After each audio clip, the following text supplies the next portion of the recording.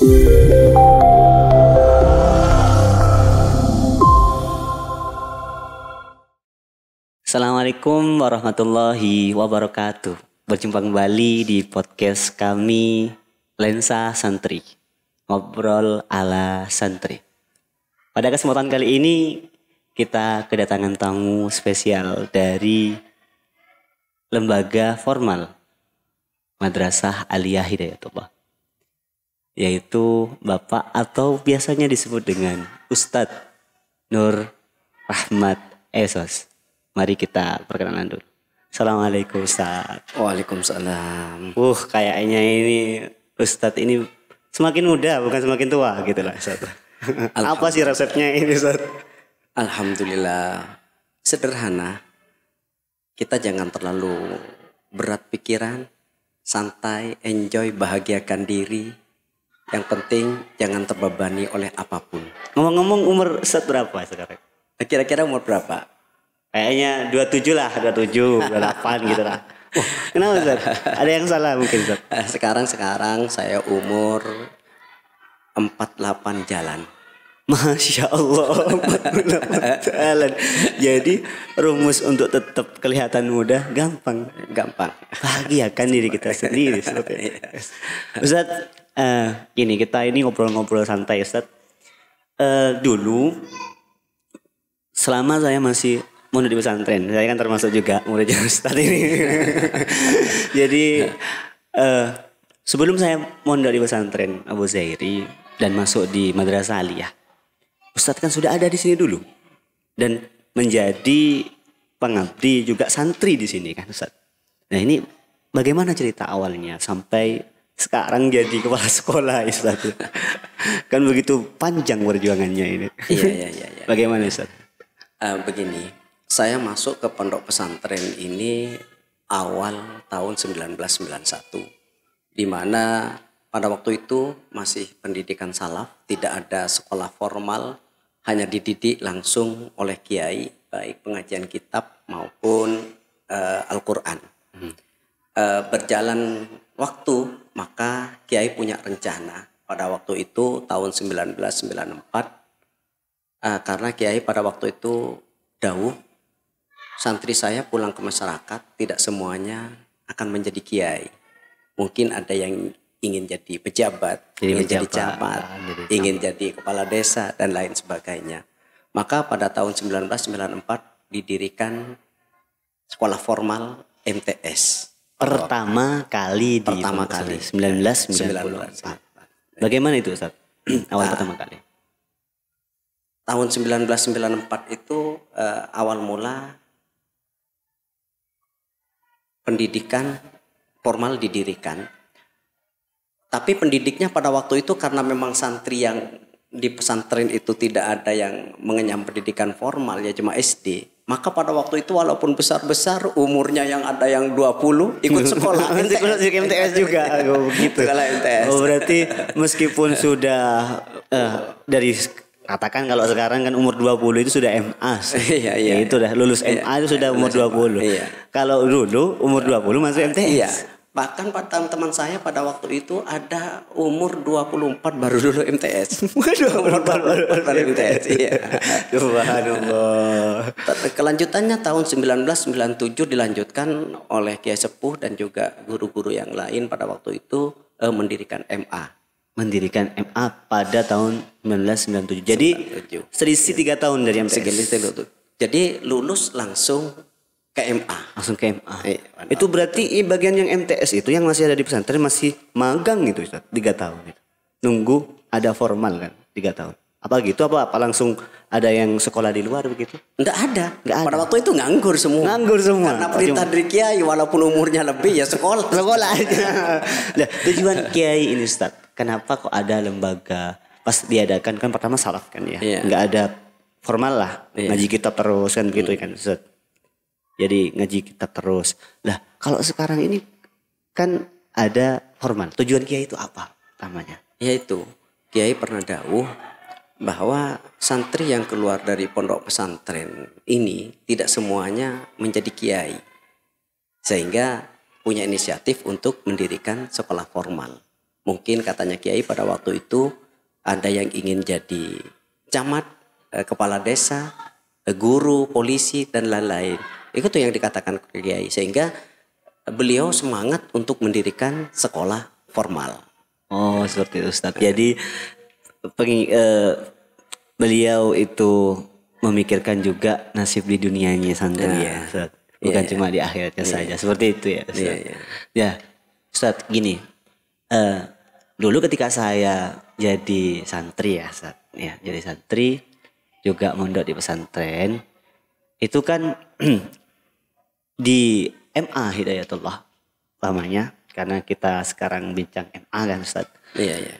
Itu banyak perubahan-perubahan, dinamika ya, termasuk dari kurikulum berbasis potensi, kemudian KTSP, kemudian K13 sampai sekarang kurikulum yang dikatakan kurikulum merdeka. Begitu Ustaz. Itu bagaimana Ustaz? Kenapa kok kurikulum ini berubah-berubah di Indonesia utamanya Ustaz ya, kalangan Indonesia. Termasuk di pondok pesantren kita Ustaz. Ya, ini kebetulan judul itu pernah saya angkat dalam sebuah tulisan saya di rubrik Guru Menulis yang saya kasih judul Diagnosis Pendidikan yang Tidak Pernah Berhenti. Kalau dilihat dari sejarahnya pendidikan Indonesia dari tahun 1954 sampai 1964 sampai kepada 1985 ada selalu mengalami perubahan-perubahan. Sampai ada perubahan pada waktu itu kurikulum KBK. ABK? Iya, KBK. Kurikulum berbasis kompetensi. Selang beberapa waktu lagi ada perubahan lagi menjadi KTSP. Kurikulum tingkat satuan pendidikan. Selang berapa lagi berubah ya menjadi K13. Dari K13 berlanjut sampai menjadi K13 revisi. Dan yang terakhir ini adalah kurikulum merdeka. Yang dimana menurut Menteri Pendidikan sudah dikatakan sekitar 75% di tahun 2023 ini sudah melaksanakan kurikulum merdeka. Targetnya tahun 2024 itu seluruh sekolah dan madrasah 100% sudah kurikulum merdeka. Berbasis merdeka. Ya. Ini Ustaz, yang dikatakan berbasis merdeka, kemudian dari kurikulum 13, ini apa bedanya sih? Kenapa kok harus begitu gitu loh? Ada perubahan terus gitu. Sebenarnya begini. Ini mengadopsi istilah yang pertama kali digunakan di Jepang, itu industri 5.0. Di mana 5.0 itu adalah manusia selalu bergandengan dengan teknologi.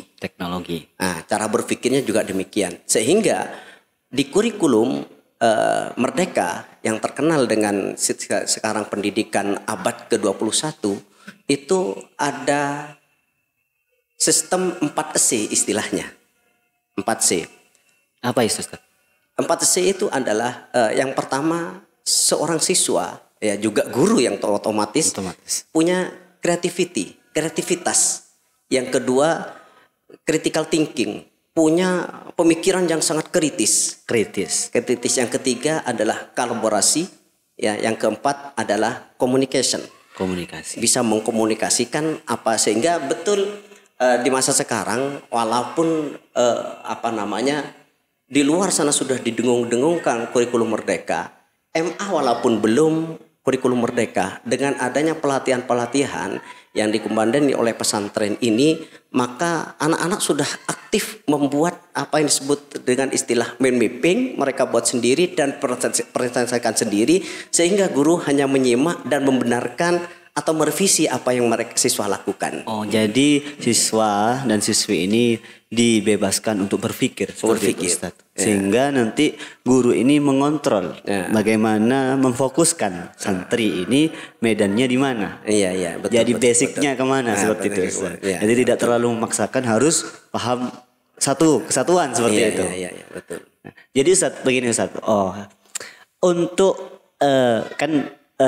Ustadz Nur ini dulu menjadi pengajar kan di sini pengajar dulu sampai sekarang jadi dulu kan masih zamannya saya kayaknya sudah jadi wakil kurikulum. Wakil kurikulum kemudian diangkat lagi baru sekarang ya Ustaz yang kemudian jadi kepala sekolah. Nah, ini ada inisiatif apa Ustaz? Jadi dari panjenengan sendiri, kenapa kok tetap mengabdikan diri di pesantren ini sampai sekarang? Begini ya, sekali lagi saya sangat terima kasih dengan Pondok Pesantren Islam Salafi Abu Seri ini yang telah mendidik saya pada waktu itu. Setelah lulus SD saya sudah di sini. Walaupun awalnya saya itu dididik masalah rohani karena berhubung orang tua saya adalah notabene adalah seorang ikhwan dari Kiai Sepuh, Kiai Mursyid Kiai Buseri. Maka dari situ saya sangat mencintai pesantren ini sampai detik ini. Sehingga saya tidak mandang waktu lagi untuk mengabdikan saya di pesantren ini. Anggaplah kalau dibilang balas jasa tidak mungkin, tapi inilah satu-satunya cara. Satu bukti. Satu bukti untuk mengembalikan terlalu besarnya jasa pondok pesantren ini kepada saya. Oh seperti itu. Masya Allah. Jadi Ustadz itu jadi pengajar sampai sekarang jadi kepala sekolah. Nggak ada berhentinya mau mengabdikan diri. Karena untuk membalas budi. Karena budi itu balas budi dari guru ini tidak ada balasan yang harus yang bisa diapresiasikan kecuali dengan pengabdian yang dilaksanakan. Gitu Ustaz. Betul. Jadi begini Ustaz. Ini nih untuk rencana ke depan, planning, visi misi, harapan ke depannya Madrasah Aliyah Hidayatullah itu bagaimana Ustaz? Begini, sekitar 1,5 tahun sebelum ini sudah dirancang visi dan misi MA Hidayatullah yang baru, yaitu terwujudnya madrasah yang unggul, entrepreneur berbasis sufisme. Maka untuk menuju unggul, di situ banyak indikator yang sudah dirancang. Salah satunya adalah unggul di dalam manajemen ya, di mana MA Hidayatullah sekarang membagi topoksi sesuai dengan poksinya masing-masing dari guru yang mengampu, baik itu mapel maupun lainnya mapel. Sehingga saya pribadi sering mengatakan kepada teman-teman guru, jangan anggap dengan terwujudnya keunggulan ini saya adalah kepala madrasah, tapi anggaplah saya sebagai koordinator saja atau top manager saja di itu. Meskipun di secara struktural sampean ada di atasnya mereka, tapi kita tidak berpikir seperti itu. Kita sama-sama sebagai pengabdi. Nah, maka kembali kepada entrepreneur di MA Hidayatullah dibagi 4 kelompok berdasarkan angket-angket yang telah disebar kepada siswa untuk menjaring minat-minat mereka. Yang pertama adalah internet marketing, di mana karena eranya sudah era industri 5.0, maka siswa sudah diajarkan bagaimana bisa memasarkan melalui internet.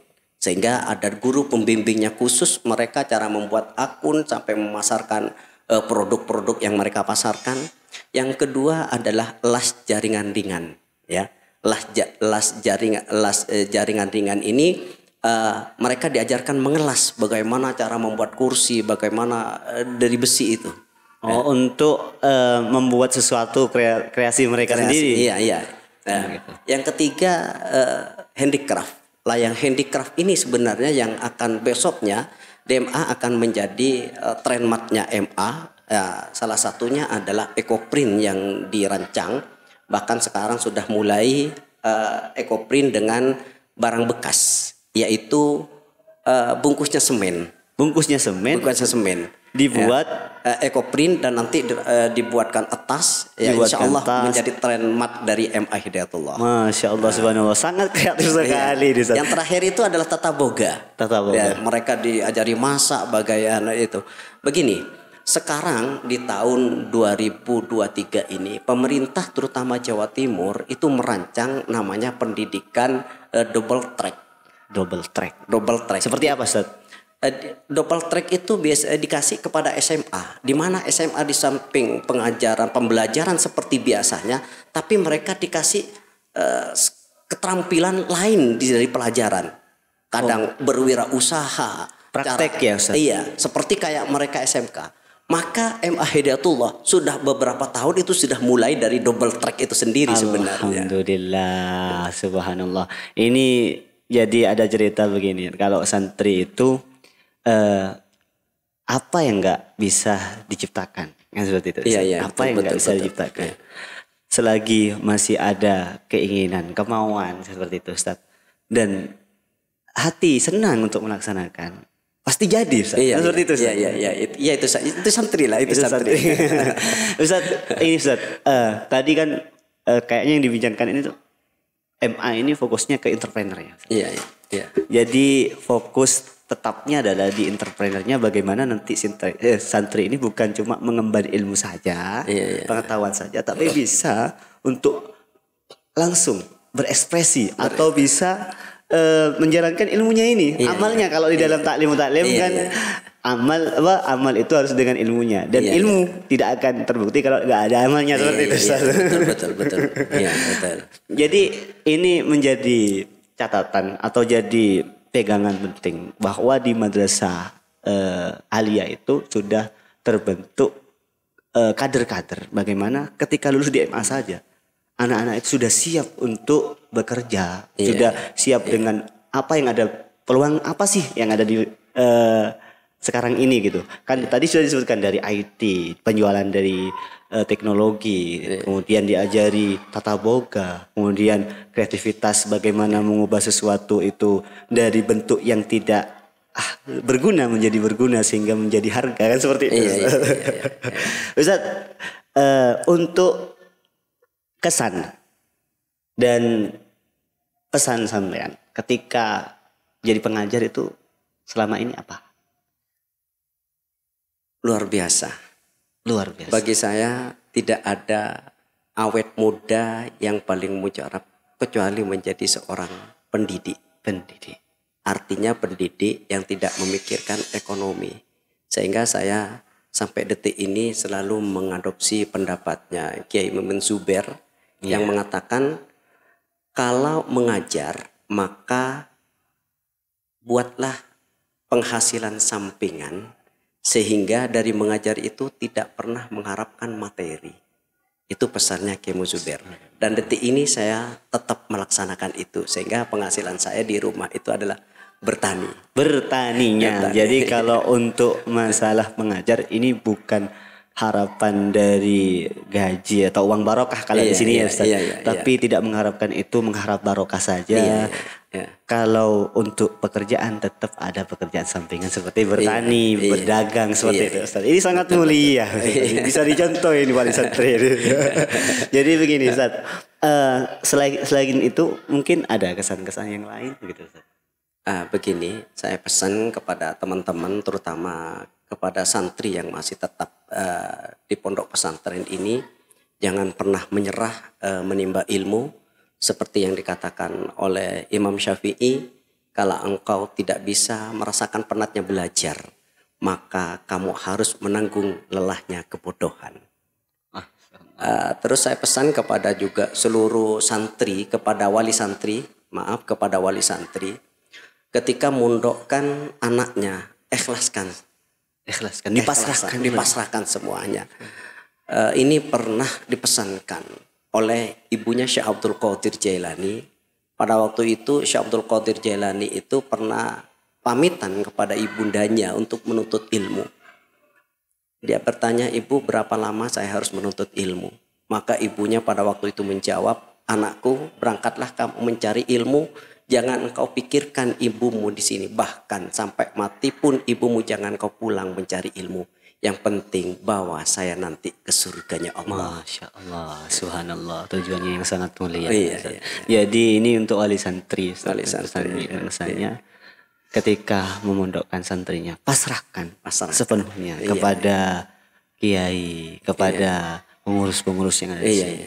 Dan jangan pernah mengatakan itu masih anak saya lagi. Kalau ceritanya Syekh Abdul Qadir tadi ya, pasrah sepenuhnya gitu. Jika saya mati, sudah tinggalkan. Yang penting nanti kamu bisa membawaku ke surga, kan seperti itu. Itu yang sangat mulia. Terus Ustaz, motivasi apa Ustaz untuk para santri dan wali santri agar tetap semangat nih di MA, khususnya di MA Hidayatullah sendiri? Iya. Ingat makolahnya Imam Syafi'i pernah berkata, ajiddu yutni kullu amri syasi'in wal jiddu yaftahu kullu bagli muglakin. Dengan semangat apapun yang jauh akan dekat. Dengan semangat pintu yang tertutup bisa dibuka. Maka tidak ada cara lain kecuali punya semangat, motivasi yang tinggi untuk mencapai cita-citanya. Oh, subhanallah. Jadi begini, apapun kan tadi sudah disebutkan makalahnya, itu yudna ala kulli syai'in seperti itu. Jadi sesuatu yang disungguhkan, disemangati seperti itu. Kemauan yang besar kan seperti itu. Kalau disungguhkan atau disemangati terus, maka yang jauh akan dekat. Iya betul. Yang terkunci pun akan terbuka. Jadi tidak ada sesuatu yang tidak mungkin kan seperti itu. Ustaz. Tidak ada yang mustahil. Tidak ada yang mustahil. Sampai saya pernah ingat dahulunya Kiai Ustaz Kiai Uzairi.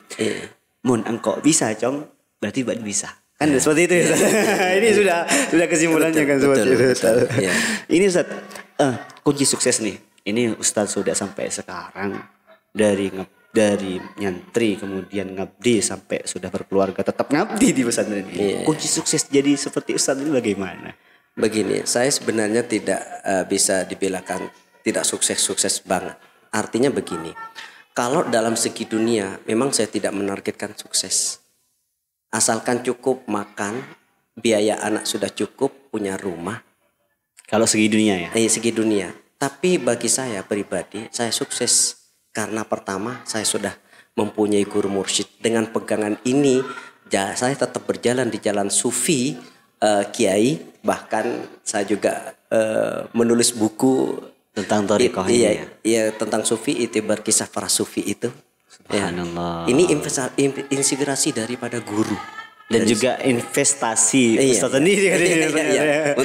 Karena nanti kalau saya tidak punya investasi dari akhirat seperti itu, saya mati bisa hilang nama saya. Tapi dengan karya-karya yang sufi seperti itu masih bisa dikenang. Masya Allah. Jadi pengen buat karya sendiri nih. Ini berlanjut ke karya yang nomor 2. Insya Allah saya kasih judul Jalan Menemukan Allah. Jalan Menemukan Allah. Masya Allah. Ini untuk santri kalau pengen nanti beli kitabnya atau bukunya sudah ada kok. Sudah disediakan. Ini promosi juga. Lupa enggak bawa buku.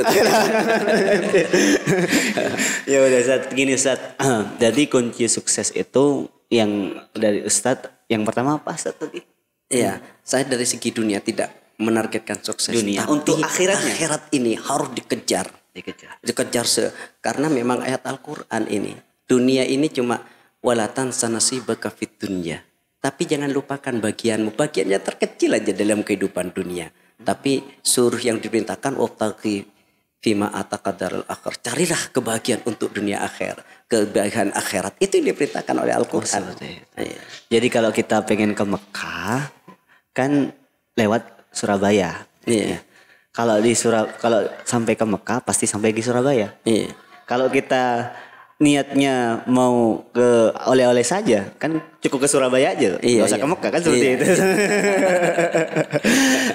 Ustaz, ini Ustaz, selain itu kunci sukses yang menurut Ustaz sendiri secara subjektif lah, sukses di mata Allah sendiri, sukses di mata masyarakat itu seperti apa? Begini, sebenarnya kuncinya kalau dipandang sukses dari segi pandangan makhluk ya manusia dan juga Allah, yaitu kita harus mengadakan hubungan dengan manusia baik, dengan Allah baik. Sehingga ayatnya itu kan duribat alai dullatu aina masuku illa bihablim minallah wa hablim minan nas. Kamu hidup di mana-mana karena terasa hina, kecuali bagus hubungan dengan manusia, bagus dengan hubungan dengan Allah. Hablum minallah dulu apa hablum minan nas dulu Ustaz? Di ayat itu hablum minan nas. Karena yang tampak dari mata itu, yang panca indera ini adalah kepada manusia. Manusia. Iya. Jadi kalau sudah manusia sukses, sosialnya sukses, insya Allah ibadahnya sukses. Seperti itu Ustaz. Iya. Bukan ibadahnya sukses atau apa namanya sosialnya sukses. Atau bisa begini Ustaz, hablum minallah hablum minnasnya ini di mata sosialnya bagus karena bersifat ibadah. Seperti itu Ustaz. Mungkin seperti itu. Karena memang dianjurkan kita hidup di masyarakat itu baik dengan orang lain. Itu sudah ibadah kan? Iya, itu ibadah. Karena memang manusia diciptakan itu ya bentuk apapun, perilaku apapun itu juga kehendak Allah. Maka itu makhluk Allah juga baik dengan mereka, pada hakikatnya baik dengan Allah. Allah. Berarti makhluk spiritual manusia ini nyatanya. Oh Ustaz, ini kayaknya sudah mau masuk sholat zuhur Ustaz. Ini terima kasih waktunya Ustaz, sudah sampai ke waktunya ini Ustaz. Nanti kita bincang-bincang lagi Ustaz di sesi yang akan datang. Soalnya ini cuma bersama Ustaz. Enggak tamat.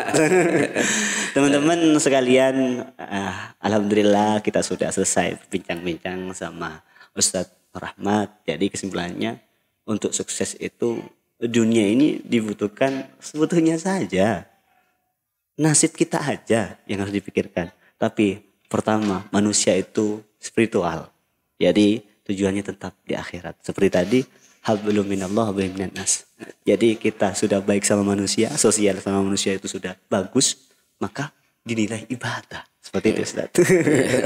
Kurang lebihnya mohon maaf. Berjumpa kembali di podcast yang akan datang. Assalamualaikum warahmatullahi wabarakatuh. Waalaikumsalam warahmatullahi wabarakatuh.